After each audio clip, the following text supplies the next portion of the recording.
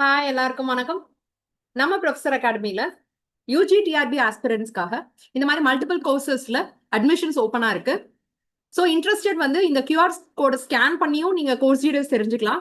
RS இந்த contact number இருக்கு, ஸ்கிரீன்ல தெரியுற கான்டாக்ட் நம்பர்லயும் நீங்க கால் பண்ணி உங்களுக்கான டீடைல்ஸ் நீங்க வாங்கிக்கலாம். ஓகேங்களா? ஸோ இன்னைக்கு செஷன்ல நம்ம யூஜி டிஆர்பி பிசிக்ஸ் ஆஸ்பிரன்ஸ்க்காக யூனிட் 1ல இருந்து ஒரு இன்ட்ரெஸ்டிங்கான கான்செப்ட் பார்க்க போறோம். அதுதான் ஃப்ரிக்ஷன். ஸோ ஃப்ரிக்ஷன் வந்து நாட் ஒன்லி ஃபார் எக்ஸாம், நம்ம டே டு டே லைஃப்லயும் ஒரு மிகப்பெரிய இம்பாக்ட் இருக்கு ஃப்ரிக்ஷனுக்கு. அதர்வைஸ் நம்மளால ஸ்டேபிளா நிக்கவோ நடக்கவோ கூட முடியாது. ஸோ ஃப்ரிக்ஷன் வந்து plays a very important role. ஓகேங்களா? ஸோ ஃப்ரிக்ஷன் அப்படின்னா ஃபர்ஸ்ட் என்னன்னு பார்க்கலாம். நம்மளுக்கு தெரியும் ஃபோர்ஸ்ல 2 டைப்ஸ் ஆஃப் ஃபோர்ஸ் இருக்கு. ஒன்னு வந்து contact force, another one is non contact force. So contact force அப்படின்னா நம்ம டச் பண்றதுனால ஃபோர்ஸ். இப்ப நம்ம கயிறு இழுக்கிறோம் அப்படின்னா நம்ம பிடிச்சி இழுக்கிறோம், நம்ம அதை டச் பண்றோம். ஸோ அதனால அந்த ஃபோர்ஸ் வந்து நம்ம ஃபீல் பண்ண முடியுது. இதே இது gravitational force and electromagnetic force அதெல்லாம் பாத்தீங்கன்னா நம்ம அதை டச் பண்ணணும்னு அவசியம் கிடையாது. ஸோ கிராவிடேஷனல் ஃபோர்ஸ்ல எல்லாம் நம்ம வந்து ஒரு இன்விசிபிள் ஃபோர்ஸ், நம்ம வந்து இதை டச் பண்ணி அது வந்து கான்டாக்ட்ல இருக்கணும், ரெண்டு ஆப்ஜெக்ட்ஸ் வந்து கான்டாக்ட்ல இருக்கணும்னு அவசியம் கிடையாது. ஓகேங்களா? அதெல்லாம் நான் கான்டாக்ட் ஃபோர்ஸ், கிராவிடேஷனல் ஃபோர்ஸ். ஆனா இந்த ஃப்ரிக்ஷன் பாத்தீங்கன்னா கான்டாக்ட் ஃபோர்ஸ். ஓகேவா? கான்டாக்ட் ஃபோர்ஸ்னா என்னது? ஏதோ ஒரு ஒரு ஒரு பால் வந்து இப்போ ஒரு தரையில் இருக்கு அப்படின்னா கூட அந்த பாலுக்கும் அந்த தரைக்கும் இடையில ஏதோ ஒரு கான்டாக்ட் இருக்கும். அதனாலதான் நம்மளுக்கு ஃப்ரிக்ஷன் ஆக்ட் ஆகுது. ஸோ ஃப்ரிக்ஷன் எப்பயுமே எந்த டைரக்ஷன்ல இருக்கும் அப்படின்னா opposite to the direction of motion.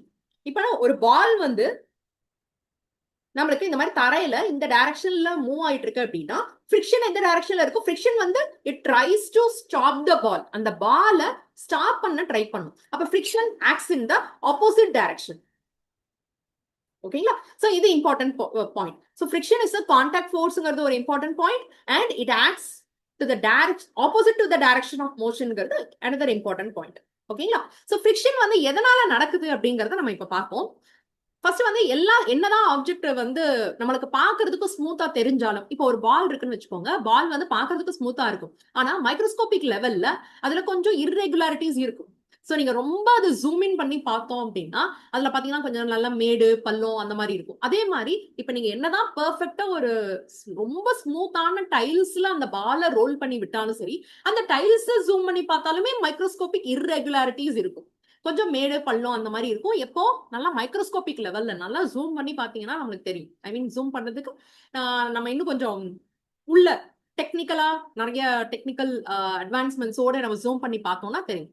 ஓகேங்களா? சோ அந்த லெவல்ல இந்த ரெண்டு இர்ரெகுலாரிட்டிஸும் மீட் பண்றப்போ நம்மளுக்கு ஃப்ரிக்ஷன் வருது. ஓகேங்களா? சோ இதுல ஒரு மேடு பள்ளம், இதுல ஒரு மேடு பள்ளம், அப்ப என்ன ஆகும்? அது ரெண்டு கான்டாக்ட்ல இருக்கிறப்போ நம்மளுக்கு அது லாக் ஆகும். ஓகேங்களா? சோ மேல இருக்க மேடு பள்ளம், இப்ப இதான் பால்னு வச்சுக்கோங்க. மைக்ரோஸ்கோபிக் லெவல்ல நம்மளுக்கு இப்படி பாத்தீங்கன்னா இந்த மாதிரி மேடு பள்ளமா இருக்கும். இதே இதுதான் அந்த டைல்ஸ்னு வச்சுக்கலாம். சோ டைல்ஸ்லயும் மைக்ரோஸ்கோபிக் லெவல்ல இந்த மாதிரி இருக்கும். அப்ப என்ன ஆகும்? இது ரெண்டும் கான்டாக்ட்ல இருக்கிறப்போ லாக் ஆகும். லாக் ஆறனால நம்மளுக்கு ஃப்ரிக்ஷன், அது அதோட மூவ்மெண்ட்டை ரெசிஸ்ட் பண்ணும். ஓகேங்களா? சோ அததான் நம்ம ஃப்ரிக்ஷன் அப்படின்னு சொல்றோம். சோ இந்த ஃப்ரிக்ஷன்னால தான் நான் முன்னாடியே சொன்ன மாதிரி நம்ம நடக்கிறப்போ பாத்தீங்கன்னா ஸ்லிப்பே ஆகாம, நம்ம வந்து ஸ்லிப் ஆகாம நம்ம நல்லா நடக்கிறோம் அப்படின்னா அதுக்கு வந்து ஃப்ரிக்ஷன் தான் காரணம். அதர்வைஸ் நம்மளுக்கு ஃப்ரிக்ஷனே இல்ல உலகத்துல அப்படின்னா நம்ம வந்து லாக் ஆகி ஒரு இடத்துல நிக்க மாட்டோம். நம்ம அப்படியே சல்லன்னு மூவ் ஆக ஆரம்பிச்சுட்டே இருப்போம், ஸ்மூத்தா போய்கிட்டே இருப்போம், நிக்கவே முடியாது நம்மளால.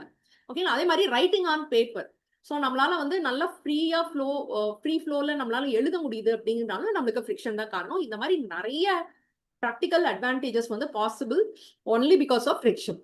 ஓகேங்களா? ஆல்ரைட். ஸோ ஃப்ரிக்ஷனை எப்பயுமே நம்ம மெயினா 3 டைப்ஸா கிளாஸிஃபை பண்றோம். ஆக்சுவலா அது 4th டைப் ஒன்னு இருக்கு, அதை நான் என்னன்னு சொல்றேன். பட் எக்ஸாம் பாயிண்ட் ஆஃப் வியூக்கு நம்ம இந்த 3 டைப்ஸ் வந்து போதும். So first one is static friction. நீங்க கொடுத்துருக்கோம் இல்லையா, ஸ்டாட்டிக் ஃப்ரிக்ஷன். ரெண்டாவது கைனடிக் ஃப்ரிக்ஷன். மூணாவது ரோலிங் ஃப்ரிக்ஷன். இதுதான் மேஜரா 3 டைப்ஸ். இதுல நாலாவது ஒன்னு ஃப்ரிக்ஷன் இருக்கு, ஃப்ளூயிட் ஃப்ரிக்ஷன் அப்படின்னு. Fluid friction. சோ ஃப்ளூயிடுக்கு எக்ஸாம்பிள் என்னது? நம்மளுக்கு ஏதோ ஒரு some liquid, anything that flows is called fluid. ஓகேங்களா? அப்போ வந்து அது லிக்விடா இருக்கலாம், இல்ல கேஸா இருக்கலாம். So what ever it is, அதுல அந்த ஃப்ளூயிட்ல நடக்கிற ஃப்ரிக்ஷன் அது வந்து நம்ம ஃப்ளூயிட் ஃப்ரிக்ஷன் சொல்லுவோம். அதை இப்ப நம்ம கம்ப்ளீட் பண்ண வேணாம். ஸோ ஃப்ரிக்ஷனை வந்து மெயினா வந்து நம்ம 3 டைப்ஸா கிளாஸிஃபை பண்றோம் சொன்னோம் இல்லையா? அதுல ஸ்டாட்டிக் ஃப்ரிக்ஷன்னா என்னன்னு பார்க்கலாம். ஸோ இந்த டயக்ராம்லயே நம்ம காட்டி இருக்கோம். ஸ்டாட்டிக் ஃப்ரிக்ஷன் அப்படின்னா என்னன்னா, அதுக்கு பேர்லயே இருக்கு. ஸ்டாட்டிக்னா என்னது? At rest. ஸோ இந்த ஒரு ஆப்ஜெக்ட் ரெஸ்ட்ல இருக்கும். ஓகேங்களா? அந்த ஆப்ஜெக்ட் வந்து இன்னும் மூவ் ஆகல. ஸோ நான் ஏதோ ஒரு கொஞ்சம் ஃபோர்ஸ் அப்ளை பண்ணாலும், இப்போ ஒரு ஆப்ஜெக்ட வந்து நான் மூவ் பண்ணணும் அப்படின்னா, அதுக்கு ஒரு பர்டிகுலர் ஃபோர்ஸ் கொடுத்தா மட்டும்தான் அந்த ஆப்ஜெக்ட் வந்து மூவ் ஆகும். ஓகேங்களா? நம்ம அதிகமான ஃபோர்ஸ் கொடுக்கல அப்படின்னா அந்த ஆப்ஜெக்ட மூவ் பண்ண முடியாது. அது எதுவா வேணாலும் இருக்கலாம். இப்போ ஒரு கண்ணாடி பாட்டில் இருக்குன்னு வச்சுக்கோங்க. அந்த பாட்டில நீங்க இங்க இருந்து நகட்டணும் அப்படின்னா, நீங்க ஒண்ணு வேணா ட்ரை பண்ணி பார்க்கலாம். வெறும் நம்ம சுண்டு விரல வச்சு சும்மா இப்படி ஃபோர்ஸ் கொடுங்க. அப்பயும் நம்ம ஃபோர்ஸ் தான் கொடுக்கணும். ஆனா அதனால அந்த பாட்டில் நகராது. ஓகேங்களா? அப்ப நம்ம என்ன பண்ணணும்? இன்னும் கொஞ்சம் ஃபோர்ஸ் அதிகமா கொடுக்குற மாதிரி இருக்கும். ஓகே, அப்ப நம்ம சுண்டு விரல் மட்டும் வச்சு கொடுத்தா ஏன் அந்த பாட்டில் நகரல அப்படின்னா, ஆக்சுவலா வந்து நார்மலா 2 ஆப்ஜெக்ட் கான்டாக்ட்ல இருந்தாலே நம்மளுக்கு ஃப்ரிக்ஷன் இருக்கும். அது மூவ்மெண்ட்ல இருக்கோ இல்லையோ. இப்ப அந்த பாட்டில் நம்ம முன்னாடி சொன்ன மாதிரி ஒரு தரையில இருக்கு அப்படின்னா, அதுல வந்து ஃப்ரிக்ஷன் இருக்கும் கண்டிப்பா. இப்போ நான் கொடுக்குற ஃபோர்ஸ் அந்த ஃப்ரிக்ஷனை ஓவர் கம் பண்ணணும். ஓவர் கம் பண்ணாதான் அந்த பாட்டில் மூவ் ஆகும். ஓகேங்களா? சோ அப்போ அந்த பாட்டில் மூவ் ஆகிறதுக்கு தேவையான நான் ஃபோர்ஸ் கொடுக்கணும் இல்லையா? அது வரையும் பாட்டில் மூவ் ஆகல. இப்ப வரையும் ரெஸ்ட்ல தான் இருக்கு. சோ அந்த ஃப்ரிக்ஷனை தான் நான் ஸ்டாட்டிக் ஃப்ரிக்ஷன் சொல்றேன். இப்ப நான் என்ன ஃபோர்ஸ் கொடுத்துட்டு அந்த பாட்டில் மூவ் ஆக ஆரம்பிச்சிருச்சு அப்படின்னா அதுக்கு பேரு கைனடிக் ஃப்ரிக்ஷன். ஓகேங்களா? சோ கைனடிக் ஃப்ரிக்ஷனுக்கு இன்னொரு பேர் வந்து நம்ம டைனமிக் ஃப்ரிக்ஷன் சொல்லலாம், இல்லைன்னா ஸ்லைடிங் ஃப்ரிக்ஷன் சொல்லலாம். ஸ்லைடுனா என்னது? அது அது அப்படியே நகர்றது, அவ்வளவுதான். இப்ப ரோலிங் ஃப்ரிக்ஷன் அப்படின்னா என்னன்னா, ஒரு ஆப்ஜெக்ட் வந்து ஒரு சர்ஃபேஸ்ல ரோல் ஆயிட்டு இருக்கு. சோ ரோல் ஆகிறப்போ நடக்கிற ஃப்ரிக்ஷன். இப்ப இதுக்கும் ஸ்லைடிங் ஃப்ரிக்ஷனுக்கும் என்ன டிஃபரன்ஸ் அப்படின்னா, இதுல பாத்தீங்கன்னா இந்த டயக்ராம்ல பாத்தீங்கன்னா தெரியும். ஸ்லைடிங் ஃப்ரிக்ஷன்ல இந்த கியூப் இந்த டைல்ஸ்ல இதே டைரக்ஷன்ல மூவ் ஆயிட்டே இருக்கும். அப்ப அந்த பாயிண்ட் ஆஃப் கான்டாக்ட் நம்மளுக்கு மாற போறது இல்ல. பாயிண்ட் ஏ தான் எப்பயுமே அந்த சர்ஃபேஸோட டச்லயே இருக்கு. அப்ப இங்கதான் ஃப்ரிக்ஷன் ஆக்ட் ஆயிட்டே இருக்கும். ரோலிங் ஃப்ரிக்ஷன்ல என்ன நடக்குது? இங்க பாயிண்ட் ஏ இருக்கு. இது ரோல் ஆகிறப்போ பாயிண்ட் ஏ மேல போயிடும். அடுத்த நியூ பாயிண்ட் வந்து இங்க கீழே படும். ஓகேங்களா? இதுதான் ரோலிங் ஃப்ரிக்ஷனுக்கும் ஸ்லைடிங் மோஷனுக்கும் உள்ள மெயின் டிஃபரன்ஸ். ஓகேங்களா? அதே மாதிரி ஸ்டாட்டிக் ஃப்ரிக்ஷனை பார்த்தோம் அப்படின்னா, ஸ்டாட்டிக் ஃப்ரிக்ஷன் நான் முன்னாடியே சொன்ன மாதிரி, அதாவது ஆப்ஜெக்ட்ல வந்து ரெஸ்ட்ல இருக்கிறப்ப இருக்கிற ஃப்ரிக்ஷன், அவ்வளவுதான். ஆப்ஜெக்ட் மூவ் ஆகல, இன்னும் மூவ் ஆக ஸ்டார்ட் ஆகல. ஆப்ஜெக்ட் மூவ் ஆயிடுச்சு அப்படின்னா அது என்னவா மாறிடும்? கைனடிக் ஃப்ரிக்ஷனா மாறிடும். இதே அந்த ஆப்ஜெக்ட் நம்ம ரோல் பண்றோம் அப்படின்னா இது வந்து ரோலிங் ஃப்ரிக்ஷன். இதை ரெப்ரசென்ட் பண்ற லெட்டர்ஸ் நம்ம கொடுத்திருக்கோம். ஸ்டாட்டிக் ஃப்ரிக்ஷனை ரெப்ரசென்ட் பண்றதுக்கு நம்ம எஸ் சஃபிக்ஸ்ல எஸ் கொடுத்திருக்கோம். சோ தட் நம்ம ஈஸியா ஐடென்டிஃபை பண்ணலாம்னு சொல்லிட்டு. அதே மாதிரி kinetic friction F suffix K, rolling friction F suffix R. ஓகேங்களா? ஃபைன். இப்போ நம்ம ஸ்டாட்டிக் ஃப்ரிக்ஷன் ஒவ்வொரு ஃப்ரிக்ஷனா பார்க்கலாம். இந்த 3 ஃப்ரிக்ஷன்ல ஃபர்ஸ்ட் ஸ்டாட்டிக் ஃப்ரிக்ஷன் பார்க்கலாம். ஸ்டாட்டிக் ஃப்ரிக்ஷன் அப்படிங்கிறது இது வந்து ரொம்ப important point. It's a self adjusting force.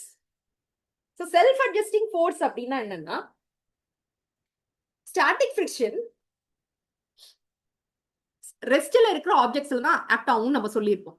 ஓகேங்களா? சோ அந்த ஆப்ஜெக்ட்டுக்கு வந்து நம்ம ஏதோ ஒரு ஃபோர்ஸ் கொடுக்குறோம், பட் இன்னும் அது மூவ் ஆக ஸ்டார்ட் ஆகல.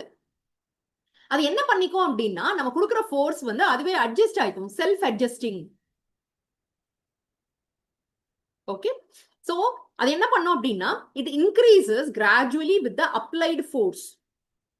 சோ அந்த ஸ்டாட்டிக் ஃப்ரிக்ஷன் நம்ம கொடுக்குற அப்ளைடு ஃபோர்ஸை பொறுத்து அதிகமாக்கிட்டே இருக்கும். அதுவாவே அட்ஜஸ்ட் ஆகி அதிகமாயிட்டே இருக்கும். இப்ப நம்ம கம்மி ஃபோர்ஸ் கொடுத்தா கம்மி ஃப்ரிக்ஷன் இருக்கும். இதே இது ஸ்டாட்டிக் ஃப்ரிக்ஷன் கம்மியா இருக்கும். நீங்க அதிகமான ஃபோர்ஸ் கொடுக்குறப்போ நம்மளுக்கு என்ன ஆகும்? ஸ்டாட்டிக் ஃப்ரிக்ஷன் இன்னும் அதிகமாகும். அது கொடுக்குற ஃப்ரிக்ஷனும் அதிகமாகும். அதனாலதான் இதுக்கு பேர் செல்ஃப் அட்ஜஸ்டிங் ஃபோர்ஸ் அப்படின்னு சொல்றாங்க. ஓகேங்களா? சோ நம்ம கம்மியான ஃபோர்ஸ் கொடுத்து மூவ் பண்ண பாக்குறப்போ ஃப்ரிக்ஷனும் கம்மியா இருக்கும். அதிகமா கொடுத்தோம்னா இன்னும் ஃப்ரிக்ஷன் அதிகமா இருக்கும். எவ்வளவு தூரம் அதிகமா போக முடியும் அப்படின்னா ஒரு மேக்ஸிமம் வேல்யூ, அதுக்கு பேர் தான் லிமிட்டிங் ஃப்ரிக்ஷன். ஓகேங்களா? சோ நம்ம முன்னாடியே பார்த்த மாதிரி ஸ்டாட்டிக் ஃப்ரிக்ஷன் எப்படி ரெப்ரசென்ட் பண்ணலாம்? Fs.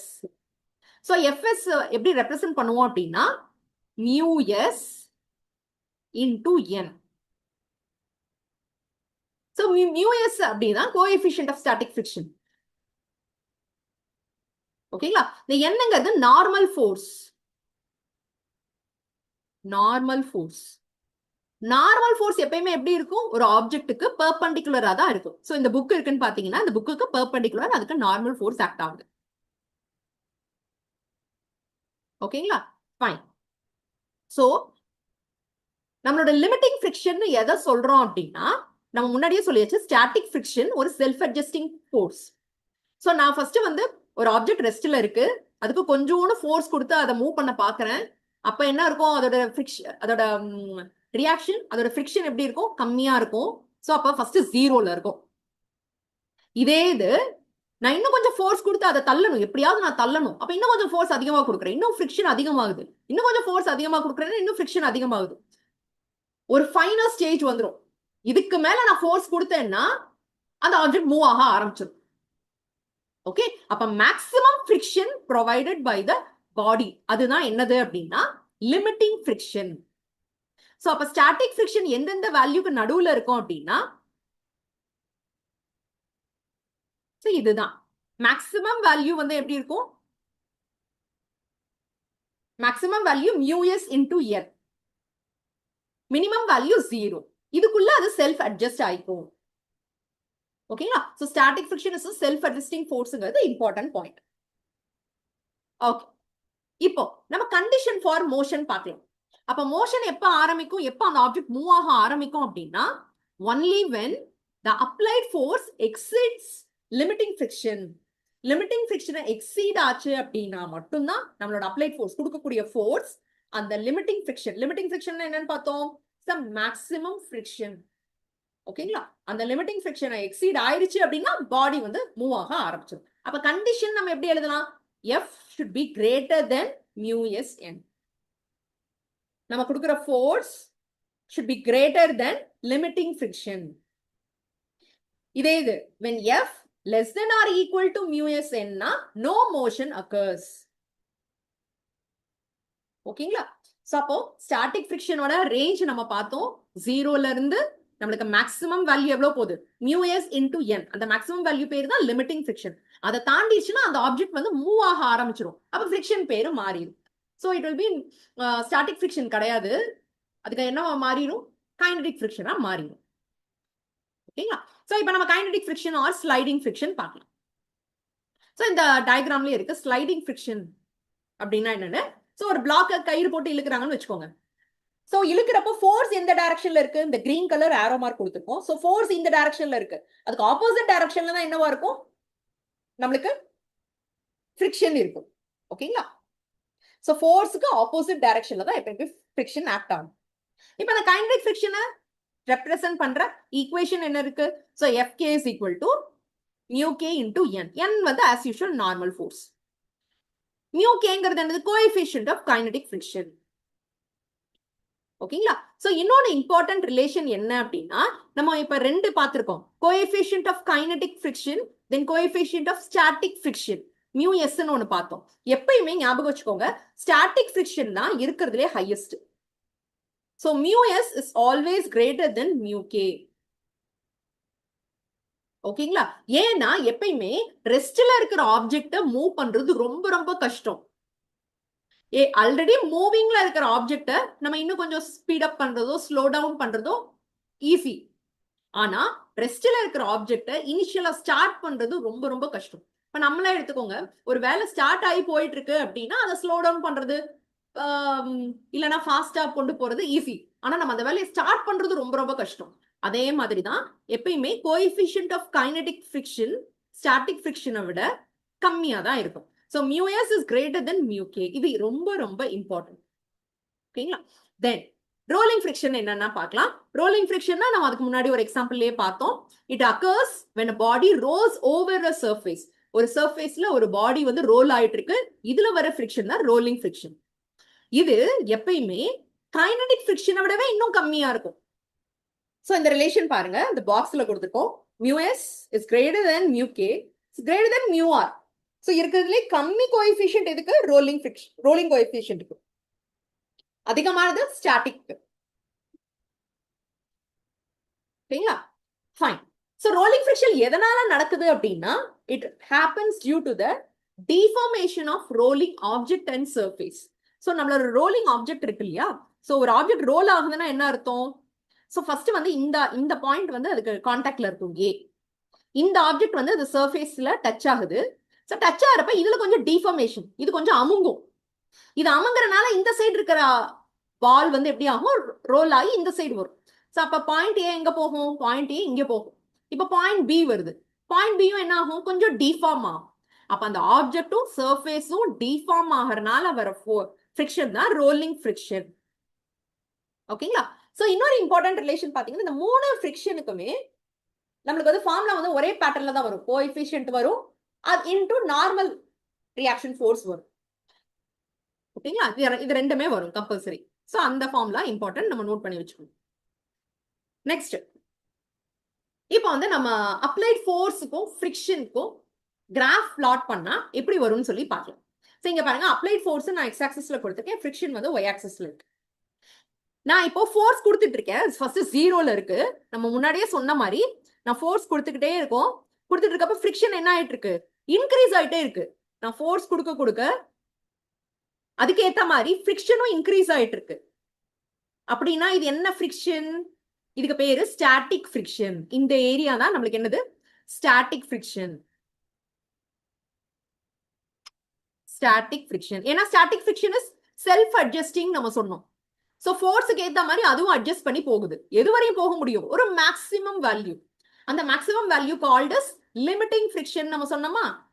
அதுக்கு மேல போச்சுன்னா ஸ்டாட்டிக் ஃப்ரிக்ஷன் என்னவா மாறிடும், கைனடிக் ஃப்ரிக்ஷனா மாறிடும். அதை தான் அந்த கிராஃப்ல சொல்லியிருக்கோம். சோ இதுதான் மேக்ஸிமம், எஃப் மேக்ஸ். இதுக்கப்புறம் நம்மளுக்கு கைனடிக் ஃப்ரிக்ஷனா கன்வெர்ட் ஆயிடும். கைனடிக் ஃப்ரிக்ஷன் அது செல்ஃப் அட்ஜஸ்டிங் கிடையாது, இட் இஸ் கான்ஸ்டன்ட். சோ ஒரு ஸ்லைட் ஆயிட்டே இருக்க ஒரு ஆப்ஜெக்ட் அப்படின்னா அதுல வந்து கான்ஸ்டன்ட் ஃப்ரிக்ஷன் தான்.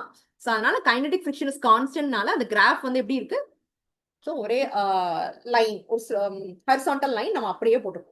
ஏன்னா கைனடிக் ஃப்ரிக்ஷன் எப்பயுமே கான்ஸ்டன்டா தான் இருக்கும்.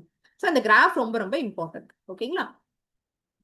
சரி, அததான் நம்ம எக்ஸ்பிளனேஷன் இங்க கொடுத்துருக்கோம். ஸ்டாட்டிக் ஃப்ரிக்ஷன் எப்பயுமே இட் இன்க்ரீசஸ் லீனியர்லி. ஃபோர்ஸுக்கு ஏத்த மாதிரி அதுவும் இன்க்ரீஸ் ஆயிட்டு இருக்கும். அட் லிமிட்டிங் ஃப்ரிக்ஷன் ஒரு பர்டிகுலர் பாயிண்ட்ல it reaches a maximum value. ஓகேங்களா? அதுக்கப்புறம் after the motion starts friction என்ன ஆகும், சடன்லி டிக்ரீசஸ். ஓகே, அதுக்கப்புறம் நம்மளுக்கு கான்ஸ்டன்டா கைனடிக் ஃப்ரிக்ஷன், ஏன்னா அந்த மேக்ஸிமம் ஃப்ரிக்ஷன் தான் நம்மளுக்கு லிமிட்டிங் ஃப்ரிக்ஷன். அதுக்கப்புறம் என்ன ஆகும், ஃப்ரிக்ஷன் வந்து கான்ஸ்டன்டா போய்கிட்டு இருக்கும்.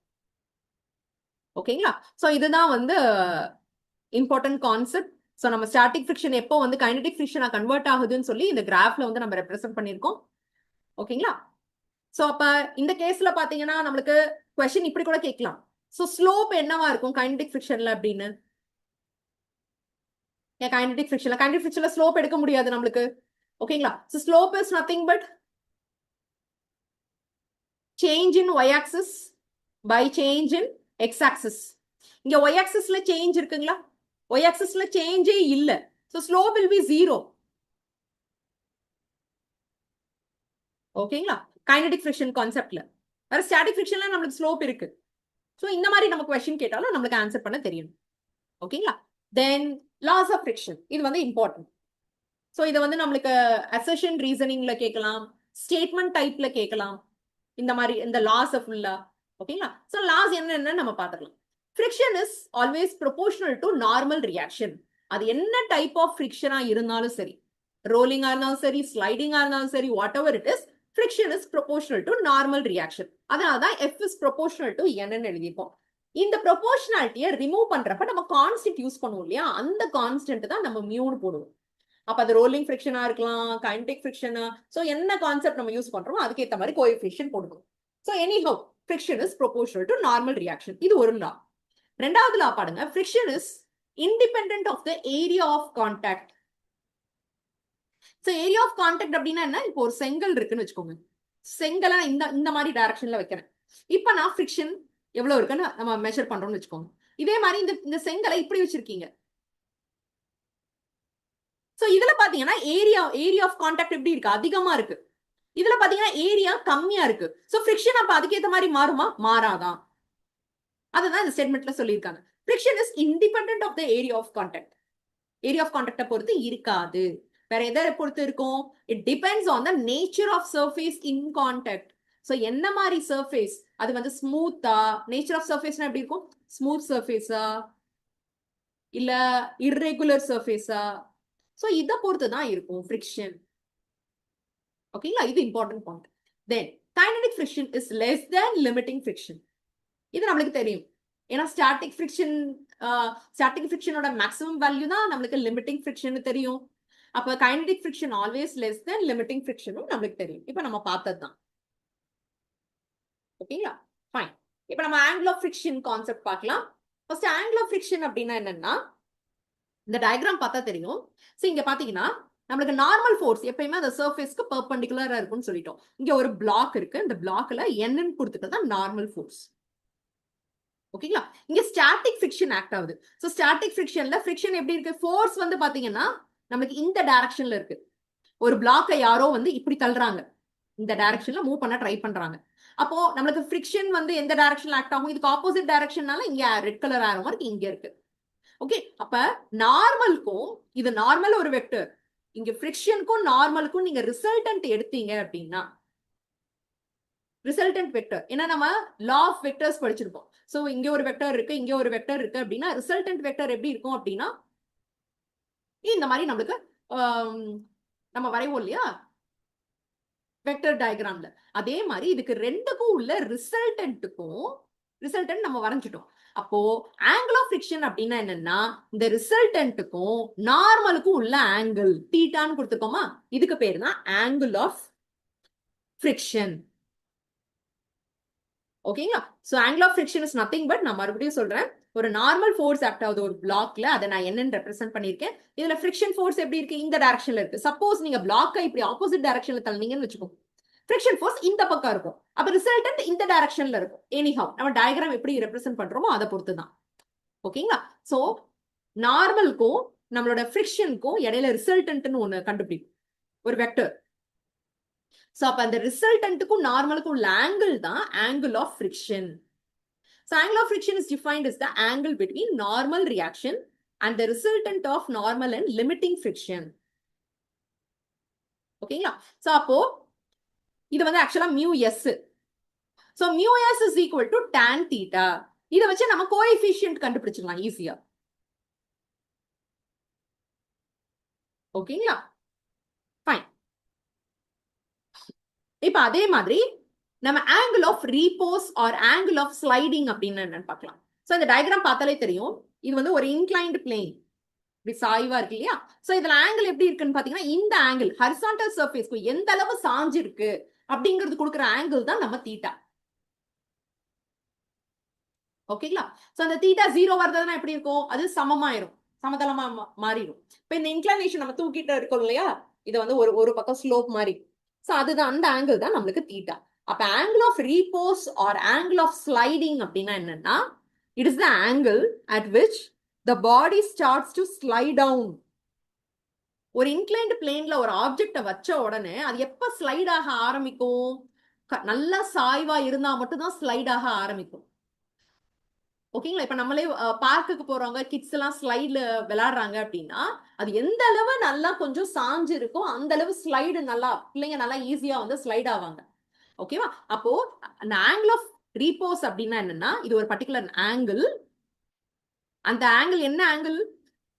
அந்த பாடி வந்து எப்போ வந்து அது ஸ்லைடாக ஸ்டார்ட் பண்ணுதோ அந்த இன்க்ளைன்டு பிளேன்ல அந்த ஆங்கிள் தான் ஆங்கிள் ஆஃப் ரீபோஸ். ஓகேங்களா? சோ இதுவும் இதுக்கான எக்ஸ்பிரஷனும் பாத்தீங்கன்னா முன்னாடி என்ன எக்ஸ்பிரஷன் கொடுத்துக்கணும் அதுவும் இதுவும் சேம் தான். So tan theta is equal to mu s, இதுக்கும் அதான் எக்ஸ்பிரஷன். ஓகேங்களா? சோ அப்போ ரெண்டுமே வந்து mu s தான். இப்போ mu s நான் ஈக்குவேட் பண்ணேன் அப்படின்னா நமக்கு என்ன கிடைக்கும்? ரெண்டுமே வந்து tan theta. So அப்ப theta theta equal, அப்ப angle of repose is equal to angle of friction. ஏன்னா first expressionல என்ன பார்த்தோம் முன்னாடி ஸ்லைட்ல tan theta is equal to mu s ன்னு பார்த்தோம். இங்கேயும் tan theta is equal to mu s. ரெண்டையும் அப்ப நான் ஈக்குவேட் பண்ணானே என்ன கிடைக்கும்? So mu s is equal to tan theta. இது எங்க கான்செப்ட்ல இருந்து? angle of frictionல இருந்து. angle of friction. இதே மாதிரி mu s is equal to tan theta. இது எங்க இருந்து? angle of reposeல இருந்து. angle of repose. So ரெண்டையும் நம்ம ஈக்குவேட் பண்ணோம்னா நமக்கு என்ன கிடைக்கும்? angle of repose is equal to angle of friction கிடைக்கும். இது ரொம்ப ரொம்ப இம்பார்ட்டன்டான ரிலேஷன். ஓகேங்களா? ஃபைன். ஸோ இதுக்கான டயக்ராம் தான் இது கொடுத்துருக்காங்க. ஃபைன். ஸோ நம்ம டாபிக்ஸ் ஃப்ரிக்ஷனுக்கு தேவையான டாபிக்ஸ் எல்லாமே பார்த்தாச்சு. ஜஸ்ட் ஒரு ஃபைனல் ஹிண்ட்ஸ் மாதிரி மட்டும் பார்த்துக்கலாம். ஸோ ஹிண்ட்ஸ் என்னன்னா, இம்பார்ட்டன்ட் ஹிண்ட்ஸ். ஸ்டாட்டிக் ஃப்ரிக்ஷன் வந்து ஒரு செல்ஃப் அட்ஜஸ்டிங் ஃபோர்ஸ். அதே மாதிரி லிமிட்டிங் ஃப்ரிக்ஷன் அப்படின்னா என்ன, இதுதான் மேக்ஸிமம் ஸ்டாட்டிக் ஃப்ரிக்ஷன். இதை தாண்டிடுச்சுன்னா அது கைனடிக் ஃப்ரிக்ஷனா மாறிடும். அதே மாதிரி இன்னொரு இம்பார்ட்டன்ட் பாயிண்ட் என்ன, கைனடிக் ஃப்ரிக்ஷன் இஸ் கான்ஸ்டன்ட். ஓகேங்களா? ஸோ அதே மாதிரி நம்ம கோஎஃபிஷியன்ட் பார்த்தோம் இல்லையா, μs is greater than μk அப்படின்னு சொல்லி பார்த்தோம். Then இன்னொன்று tan theta is equal to mu. So these are the important points நம்ம பார்த்ததுல. ஸோ நம்ம எண்ட் ஆஃப் த செஷன் வந்தாச்சு. இப்போ நம்ம வந்து கொஸ்டின் ஆன்சர் பார்க்கலாம். இப்போ நம்ம பார்த்த டாபிக்ஸ்ல ஒரு சில எம்சிக்யூஸ் மாடல்ஸ் பார்க்கலாம். இதை நம்மளால ஆன்சர் பண்ண முடியுதான்னு பார்க்கலாம். ஓகேங்களா? ஸோ உங்களுக்கு இந்த கோர்ஸ் ரிலேட்டடா ஏதாவது குவரிஸ் இருக்கு அப்படின்னா நம்மளோட WhatsApp group, free WhatsApp group, யூஜிடிஆர்பிக்காக ஸ்டார்ட் பண்ண வாட்ஸ்அப் குரூப் இருக்கு. அதுல நீங்க ஜாயின் பண்ணிட்டீங்க அப்படின்னா உங்களுக்கு கம்ப்ளீட் கோர்ஸ் கைடன்ஸ் கிடைக்கும். ஸோ ஜாயின் பண்றதுக்கு தேவையான நம்பர் எல்லாமே டிஸ்கிரிப்ஷன்ல கொடுத்துருக்கோம். ஸோ அதை நீங்க யூஸ் பண்ணிக்கலாம். ஆர்எல்ஸ் நான் முன்னாடியே சொன்ன மாதிரி QR கோடை ஸ்கேன் பண்ணியும் நீங்க டீடைல்ஸ் வாங்கிக்கலாம். இப்போ நம்ம இந்த செஷனுக்கான கொஸ்டின் ஆன்சர்ஸ் பார்க்கலாம். ஸோ ஃபர்ஸ்ட் கொஸ்டின் பார்க்கலாங்களா? நீங்க வந்து ஆன்சர் வந்து நீங்க சொல்லுங்க, நம்ம செக் பண்ணிக்கலாம், கிராஸ் செக் பண்ணிக்கலாம். So first question என்ன அப்படின்னா, a block is at rest on a rough horizontal surface. So ஒரு block, ஏதோ ஒரு block, அது வந்து horizontal surfaceல ரெஸ்ட்ல இருக்கு. அது எப்படி இருக்குன்னு பாத்தீங்கன்னா ரஃப்பா இருக்கு. So ரஃப்பா இருந்ததுன்னா obviously frictionம் ஹையா தான் இருக்கும். A small force is applied but the block does not move. கொஞ்சம் ஃபோர்ஸ் கொடுக்குறோம் பட் block மூவ் ஆக மாட்டேங்குது. இப்போ the friction acting on the block is, so நான் கொஞ்சம் ஃபோர்ஸ் கொடுக்குறேன் ஆனா பிளாக் மூவ் ஆகல. அப்ப அந்த ஃப்ரிக்ஷன் வந்து எப்படி இருக்கு? ஃப்ரிக்ஷன் ஜீரோவா இருக்கா, ஈக்குவல் டு மியூ என்ன இருக்கா, இல்ல ஈக்குவல் டு அப்ளைட் ஃபோர்ஸா இருக்கா, இல்ல கிரேட்டர் தென் அப்ளைட் ஃபோர்ஸா இருக்கா? ஸோ இது வந்து கொஞ்சம் ஸ்டேட்மெண்டா இருக்கிறனால நமக்கு கொஞ்சம் கன்ஃபியூஸ் ஆக சான்சஸ் இருக்கு. பட் இதை எப்படி சார்ட் அவுட் பண்றதுன்னு பார்க்கலாம். ஃபர்ஸ்ட் ஃப்ரிக்ஷன் வந்து நம்மளுக்கு ஜீரோவா இருந்ததுன்னா என்னன்னு பார்க்கலாம். ஓகேங்களா? இப்போ எனக்கு ஃப்ரிக்ஷன் ஜீரோ. ஃப்ரிக்ஷன் ஜீரோனா என்ன அர்த்தம்? அது ரெண்டு சர்ஃபேஸ்க்கு இடையில எந்த வகையான ரெசிஸ்டிங் ஃபோர்ஸும் இல்ல. அப்ப அந்த பிளாக் எப்படி இருக்கும்? சல்லுன்னு மூவ் ஆக ஆரம்பிச்சிடும். ஆனா இந்த பிளாக் எப்படி இருக்கு? இப்ப பிளாக் இஸ் அட் ரெஸ்ட் ஆனா ரஃப் ஹாரிசான்டல் சர்ஃபேஸ், அது ஆல்ரெடி ரஃப்பா இருக்கு. அப்ப ஃப்ரிக்ஷன் ஜீரோவா இருக்க சான்ஸ் இருக்கா? இல்ல. சோ நம்ம ஆப்ஷன் ஏவை நம்ம எலிமினேட் பண்ணிட்டோம். ஆப்ஷன் ஏ கிடையாது. ரெண்டாவது ஆப்ஷன் பி செக் பண்ணுங்க. friction acting on the block is equal to mu into n. So எப்பயுமே நம்ம ஃப்ரிக்ஷன் வந்து ஆக்சுவலா வந்து பிளாக் வந்து மூவ் ஆகலன்னு சொல்லியாச்சு, ஸ்மால் ஃபோர்ஸ் அப்ளை பண்ணியிருக்கோம்.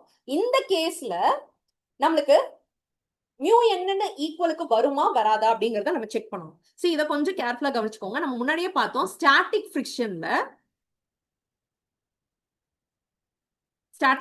என்ன பார்த்தோம்? ஒரு ஆப்ஜெக்ட் வந்து ரெஸ்ட்ல இருக்கும். இங்கேயும் ஆப்ஜெக்ட் இஸ் அட் ரெஸ்ட். இதுல கண்டிஷன் கொடுத்துட்டாங்க, a small force is applied. So small force தான் அப்ளை பண்றோம், பெரிய ஃபோர்ஸ் அப்ளை பண்ணல. So static friction is a self adjusting force. நம்ம ஸ்மால் ஃபோர்ஸ் அப்ளை பண்ணா ஸ்மால் ஃப்ரிக்ஷன் தான் இருக்கும். அப்ப ஃப்ரிக்ஷன் எதுல இருந்தா இருக்கும்? ஜீரோக்கும் மியூஎஸ் எண்ணுக்கும் இடையில தான் இருக்கும். கண்டிப்பா ஈக்குவல் டு மியூஎஸ் என் கிடையாது. ஏன்னா நம்ம ஸ்மால் ஃபோர்ஸ் கொடுக்குறோம். ஸ்மால் ஃபோர்ஸ் கொடுத்தா ஃப்ரிக்ஷனும் ஸ்மாலா தான் இருக்கும். அப்ப இந்த ரெண்டு வேல்யூக்கும் நடுவுல தான் ஃப்ரிக்ஷன் இருக்கும். சோ ஈக்குவல் டு மியூஎஸ்என் கிடையாது. ஈக்குவல் டு மியூஎஸ்என் இதுதான் லிமிட்டிங் ஃப்ரிக்ஷன் அர்த்தம். ஓகே, ஆனா நம்ம என்ன கொடுத்துருக்கோம்? ஸ்மால் ஃபோர்ஸ் அப்ளை பண்ணிருக்கோம் சொல்லியிருக்கோம். சோ அதனால ரெண்டாவது ஆப்ஷனும் கிடையாது. மூணாவது ஆப்ஷன் செக் பண்ணலாம். Equal to the applied force. So friction acting on the block is equal to the applied force. ட்ரூவா ஃபால்ஸான்னு பார்க்கலாம். அப்ளைடு ஃபோர்ஸுக்கு ஃப்ரிக்ஷன் ஈக்குவலா இருக்கிறதுனால தான். சோ எப்பயுமே ஞாபகம் வச்சுக்கோங்க, ஃபோர்ஸ் ஒரு டைரக்ஷன்ல இருந்ததுன்னா ஃப்ரிக்ஷன் ஆப்போசிட் டைரக்ஷன்ல இருக்கு. சோ நம்மளுக்கு எப்படி இருக்கும்? நல்லா டக் ஆஃப் வார், கயிறு இழுக்கிறது மாதிரி ஒன்னொன்னு இது இந்த சைடு இழுத்தா அது அந்த சைடு இருக்கும். சோ ரெண்டும் பேலன்ஸா இருந்தா மட்டும்தான் உங்களுக்கு அந்த பிளாக் மூவ் ஆகல. ஓகேங்களா? So the friction acting on the block is equal to the applied force இருக்கிறதுக்கான சான்சஸ் அதிகம். நெக்ஸ்ட் நாலாவது ஆப்ஷன் செக் பண்ணுங்க. is greater than the applied force. இப்ப ஃப்ரிக்ஷன் வந்து அப்ளைடு ஃபோர்ஸை விட நம்மளுக்கு வந்து கிரேட்டரா இருக்கா அப்படின்னு கேட்டிருக்காங்க. ஓகேங்களா? சோ நம்ம முன்னாடியே சொல்லியாச்சு, friction is a self adjusting force. நம்ம எந்த அளவு ஃபோர்ஸ் கொடுக்குறோமோ அதுக்கு ஏத்த மாதிரி தான் நம்மளுக்கு ஃப்ரிக்ஷன் அட்ஜஸ்ட் ஆயிருக்கும். ஓகேங்களா? சோ லாஸ்ட் ஆப்ஷன் அதுவும் தப்பான option. So what is the correct answer? So யாரெல்லாம் வந்து equal to the applied force guess பண்ணிருக்கீங்களோ that is the correct answer. ஓகேங்களா? சரி, அதுக்கான எக்ஸ்பிளனேஷனும் இங்க கொடுத்திருக்கோம். So static friction is a self adjusting force. It exactly balances the applied force to keep the block at rest. So அந்த பிளாக்கை ரெஸ்ட்ல வைக்கணும் அப்படிங்கிறதுக்காக அது என்ன பண்ணும், அது வந்து அந்த அப்ளைடு ஃபோர்ஸ் கூட பேலன்ஸ் ஆக்கிட்டே வரும். ஓகேங்களா? ஃபைன். இப்போ செகண்ட் क्वेश्चन பார்க்கலாங்களா? which of the following relations is always true? இது ரொம்ப நம்ம கேர்ஃபுல்லா பார்க்கணும். சோ இதுல வந்து எது வந்து ஆல்வேஸ் ட்ரூ, எது வந்து வேலிட்? ஓகேங்களா? சோ ஃபர்ஸ்ட் ஆப்ஷன் செக் பண்ணலாம். fs is always equal to mu s n. fs வந்து எப்பயுமே வந்து mu s n ஓட ஈக்குவலா இருக்குமா? சோ நம்ம இதுக்கு முன்னாடி வந்த கான்செப்ட்ல என்ன பார்த்தோம்? இந்த static friction is self adjusting force. So ஜீரோக்கும் இந்த mu s n க்கும் நடு இடைப்பட்ட வேல்யூஸ் இருக்கும். சோ ஆல்வேஸ் வந்து இது ஈக்குவலா இருக்குமா? இருக்காது. So this is not the correct answer. ரெண்டாவது செக் பண்ணிக்கோங்க. fk is equal to mu k n. ஆனா நமக்கு தெரியும் கைனடிக் ஃப்ரிக்ஷன் வந்து எப்பயுமே கான்ஸ்டன்ட் வேல்யூ தான் எடுக்கும். சோ இது வந்து பாசிபிலிட்டி இருக்கு. இது நம்ம டீல வச்சுக்கலாம். Next fs is greater than mu s n. static friction is greater than mu s n. so greater than எப்பயுமே வராது. mu s n தான் maximum limiting friction. சோ நம்ம ரிலேஷன் பார்த்தோம் இல்லையா? 0 static friction force should be less than mu s n. ஆனா இங்க என்ன கொடுத்திருக்காங்க? fs விட mu s n வந்து கம்மியா இருக்குன்னு கொடுத்திருக்காங்க. so this is not the right answer. அதே மாதிரி இதுவும் இது வந்து ஈக்குவல் தான் வரும், இது வந்து வராது. so option B is the right answer. யாரெல்லாம் ஆப்ஷன் B வந்து கெஸ் பண்ணீங்களோ so congrats. ஓகேங்களா? so option B is the right answer. இதுக்கான எக்ஸ்பிளனேஷன் கொடுத்துருக்கோம், இங்க செக் பண்ணிக்கோங்க. so kinetic friction வந்து ஒரு கான்ஸ்டன்ட், ஆனா static friction வந்து ஒரு வேரியபிள். so kinetic friction கான்ஸ்டன்ட்னால எப்பயுமே வந்து fs is equal to mu s n தான். ஓகேங்களா? ஃபைன். நெக்ஸ்ட் क्वेश्चन பார்க்கலாம். a body is just about to slide on an inclined plane. ஒரு inclined planeல அப்பதான் ஸ்லைட் ஆக ஸ்டார்ட் பண்ணுது அப்படின்னா நம்ம என்ன ஆங்கிள் பார்த்தோம்? ஆங்கிள் ஆஃப் ரீபோஸ் அப்படின்னு ஒண்ணு பார்த்தோமா? இங்க பாத்தீங்கன்னா தெரியும். Angle of repose or angle of sliding. So ஒரு இன்க்ளைன்ட் பிளேன்ல அப்பதான் மூவ் ஆக ஸ்டார்ட் ஆகுது. ஓகேங்களா? இப்ப நம்ம क्वेश्चनக்கு வரலாம். Okay, the body is about to slide on an inclined plane. The angle of inclination is related to coefficient of friction by. அப்போ angle of inclination coefficient of friction mu க்கு என்ன relation? So இது நமக்கு தெரியும், நம்ம அந்த ஃபார்முலாலயே பார்த்தோம். So what is the answer? Mu is equal to tan theta is the right answer.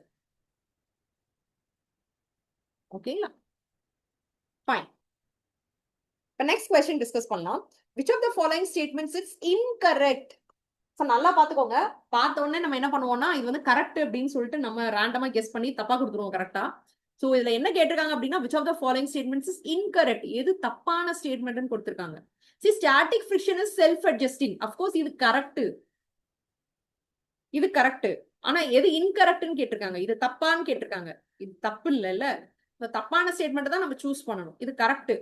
Okay, அதனால இது வராது. Next kinetic friction is less than limiting friction. kinetic friction எப்பயுமே limiting friction விட கம்மியா இருக்கணும். ஆமா, எப்பயுமே static friction தானே அதிகம், kinetic friction கம்மியா தானே இருக்கும். இது இருக்கிறதுக்கான சான்சஸ் அதிகம். சோ இது வந்து கரெக்டான ஸ்டேட்மெண்ட். ஓகேங்களா? நம்ம எதை சூஸ் பண்ணோம்? தப்பான ஸ்டேட்மெண்ட்டை சூஸ் பண்ணோம். சோ இது வராது. friction depends on area of contact. நம்ம laws of frictionல பார்த்தோம். friction வந்து ஏரியாவை டிபெண்ட் பண்ணி இருக்காது, நேச்சர் ஆஃப் சர்ஃபேஸை டிபெண்ட் பண்ணி இருக்கும். அப்ப friction depends on area of contactங்கிறது இன்கரெக்ட், தப்பான ஸ்டேட்மெண்ட். அப்ப இதுல தப்பான ஸ்டேட்மெண்ட்டை நம்ம கண்டுபிடிச்சிட்டோம். ஓகேங்களா? ஸோ ஆப்ஷன் டி பார்த்தீங்கன்னா friction depends on nature of surface. So அதுவும் கரெக்டான ஸ்டேட்மெண்ட். ஸோ அதனால இதுவும் வராது. ஓகேங்களா? So the correct option is option C, friction depends on area of கான்டாக்ட்ங்கிறது தான். ஓகேங்களா? ஸோ அதுக்கான எக்ஸ்பிளனேஷனும் கொடுத்துருக்கோம். So friction is independent of the area of contact. இது இம்பார்ட்டன்ட் லா. இது எப்பவுமே ஞாபகம் வச்சுக்கோங்க. இது வந்து அசெஷன் டைப்பா இருந்தாலும் சரி, நம்மளுக்கு வந்து ஸ்டேட்மெண்ட் டைப் கொஸ்டின்ஸா இருந்தாலும் சரி, இந்த மாதிரி கான்செப்ட்ஸ் வர சான்சஸ் அதிகம். Next, if the normal reaction on a body is doubled, the limiting friction will. So normal reaction அப்படின்னா நம்ம எதை சொல்றோம்? இப்போ லிமிட்டிங் ஃப்ரிக்ஷனுக்கும் நார்மல் ரியாக்ஷனுக்கும் என்ன ரிலேஷன் சொல்லி நம்ம பார்த்தோம்னா, இங்க நம்ம நார்மல் ரியாக்ஷனுக்கு ஈக்குவலா இருந்தா என்ன வரும்? Mu s N. ஓகே, இப்ப நார்மல் ரியாக்ஷன் டபுள் ஆச்சுன்னா இந்த லிமிட்டிங் ஃப்ரிக்ஷன் என்ன ஆகும் கேட்டிருக்காங்க. சோ நார்மல் ரியாக்ஷன் இது ரெண்டுமே டைரக்ட்லி ப்ரொபோர்ஷனல் தான். எஃப்எஸ் அதிகமாச்சுன்னா என்னும் அதிகமா, என் அதிகமாச்சுன்னா எஃப்எஸ் அதிகமாகும். ஓகேங்களா? So mu S into 2 times N. 2n ஏன் போடுறோம்? நார்மல் ரியாக்ஷன் டபுள் ஆகுதுன்னு சொல்லியிருக்காங்க, அதனால நான் 2n போடுறேன். சோ 2n போட்டா எனக்கு என்னவாகும்? 2 times mu S into n வருமா? அப்ப 2 டைம்ஸ் எஃப்எஸ் வருமா? அப்ப லிமிட்டிங் ஃப்ரிக்ஷன் என்ன ஆகுது? அதுவும் 2 டைம்ஸ் எஃப்எஸ் டபுள் ஆகுது. ஓகேங்களா? சோ இந்த ஃபார்முலா வச்சு நம்ம டிரைவ் பண்ணணும். If normal reaction on a body is doubled, the limiting friction will be doubled. ஓகேங்களா? சோ இதுதான் formula. F max. F max தான் நம்ம limiting friction. So F max is equal to mu s into n. இது double ஆச்சுன்னா நமக்கு ஆப்வியஸா இதுவும் double ஆகும்.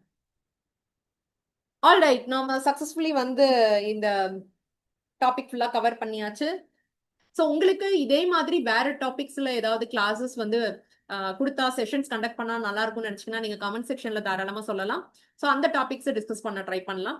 ஓகேங்களா? ஸோ அதே மாதிரி நம்ம ப்ரொஃபசர் அகாடமில இந்த மாதிரி மல்டிபிள் சப்ஜெக்ட்ஸ்க்கான அட்மிஷன்ஸ் வந்து போய்கிட்டு இருக்கு. ஸோ யூஜிடிஆர்பி கோர்சஸ்க்கான டீடைல் வேணும் அப்படின்னா நீங்க QR கோடை ஸ்கேன் பண்ணலாம், ஆர்எஸ் இந்த டிஸ்கிரிப்ஷன்ல இருக்கிற நம்பருக்கு கான்டாக்ட் பண்ணலாம், ஆர் இந்த ஸ்லைட்ல இருக்கிற நம்பருக்கும் நீங்க கான்டாக்ட் பண்ணலாம். ஸோ கோர்சஸ் பற்றின டீடைல்ஸ் உங்களுக்கு கிடைக்கும். So happy learning.